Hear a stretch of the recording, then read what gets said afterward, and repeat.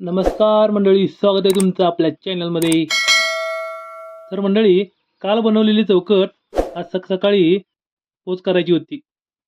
मोर्चाची चौकट असल्यामुळं आम्ही सकाळी भाऊ दोघं कामाला लागलो.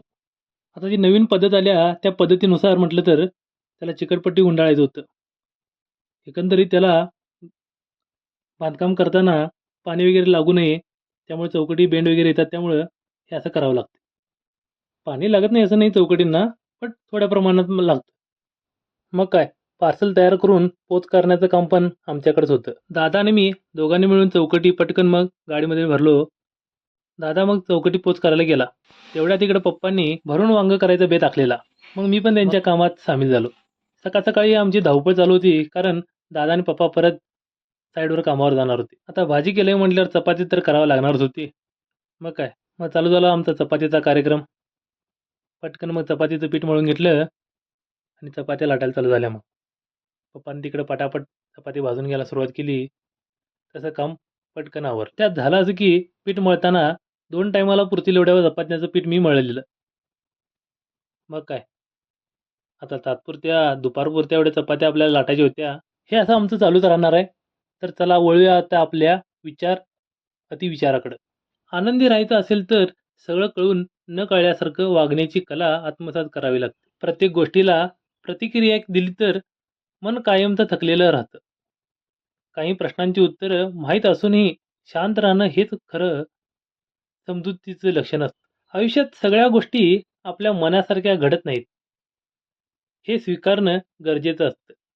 ज्या गोष्टी बदलता येत नाहीत, त्यांच्यावर राग करण्यापेक्षा हसत पुढे जाणं शहाणपणाचं ठरतं.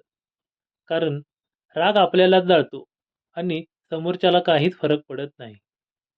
प्रत्येक वेळी स्वतःला सिद्ध करत बसलो तर आपलं अस्तित्वच ओझं बनतं. कधी दुर्लक्ष करणं, कधी सोडून देणं, हेही स्वतःवरचं प्रेम असतं. मन हलकं ठेवायचं असेल तर सगळं मनावर घेणं थांबवावं लागतं. आयुष्य म्हणजे सततची लढाई नसून कधी कधी शांत माघारही असतो. हसत पुढे जाणं म्हणजे पळ काढणे नाही, तर स्वतःची किंमत ओळखणं असतं. शेवटी आनंद हा परिस्थितीत नसून ती स्वीकारण्याच्या आपल्या कृतीत असतो. आजचे विचार अतिविचार इथं थांबवतो. चपाती करता करता कधी दुपार झाली कळालंच नाही. मग दुपारच्या जेवणाची वेळ झाली. जेवण तेन करून मग पप्पा कामावर जाणार होते. रोज चपात्या करून करून आता मात्र चपाती गोलाकार आकारामध्ये येत होती. पण कधी कधी काय होते काय माहीत, जरा वाकडे येतात. जेवण तेन करून दुपारी जरा विश्रांती करून पप्पा आणि दादा कामावर गेले. मग काय, मला थोडंफार काम दिलेले ते करत बसलेलो. हे काम करता करता कधी सूर्यास्ताची वेळ झाली कळालंच नाही.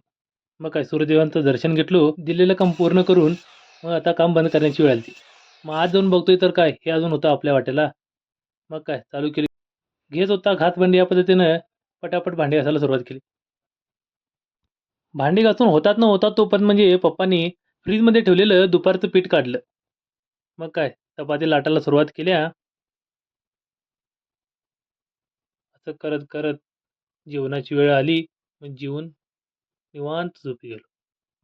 भेटूया पुढच्या व्हिडिओमध्ये. धन्यवाद.